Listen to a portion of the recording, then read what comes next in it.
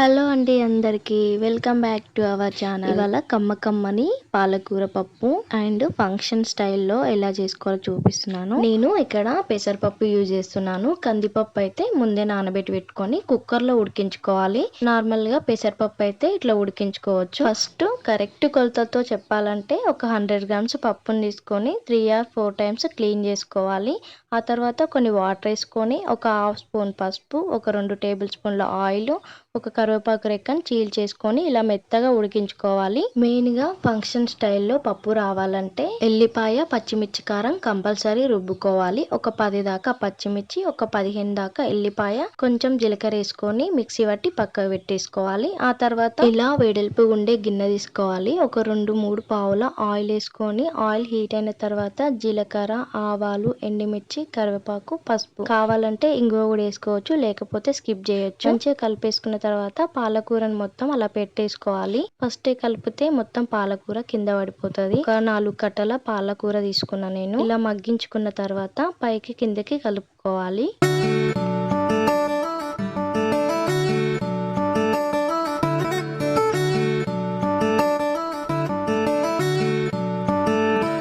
ఒక 3 మినిట్స్ పాలకూరని ఉడికించుకున్న తర్వాత ఎల్లిపాయ, పచ్చికారం రుబ్బుకున్నది వేసుకొని ఒక టేబుల్ స్పూన్ సాల్ట్ వేసుకోవాలి.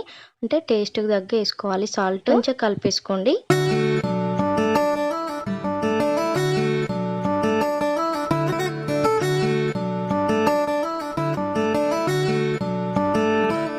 పచ్చికారము, సాల్ట్ వేసుకొని ఒక 2 మినిట్స్ ఉడికించుకున్న తర్వాతనే ఈ పప్పుని వేసుకోవాలి. ఇలా పప్పు మెత్తగా ఉడకాలి. ఎక్కువగా పాలకూర ఉండేలా చూసుకోండి. హెల్త్ కూడా చాలా మంచిది.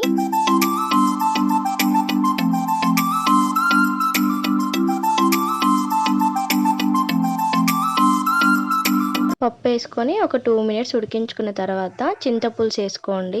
పుల్లగా టేస్ట్ ఉంటుంది పప్పు తింటుంటే. ఎందుకంటే మనం పాలకూర ఇలాంటి ఆకుల కూరలు వండుకున్నప్పుడు కంపల్సరీ కొంచెం పులుపు అనేది ఉండాలన్నమాట. టేస్ట్ బాగుంటది. చింతపులుసు పోసుకొని ఒక 4-5 మినిట్స్ మూత పెట్టి ఉడికించుకుంటే సరిపోతుంది. పాలకూర పప్పు రెడీ అవుతుంది అంతే. ఇంకా వేడి అన్నంలో నెయ్యి వేసి పిల్లలకు తినిపించండి. ఈ పప్పు వేసి అంత కమ్మగా తింటారు. అంత టేస్ట్ ఉంటది అనమాట ఈ పప్పు.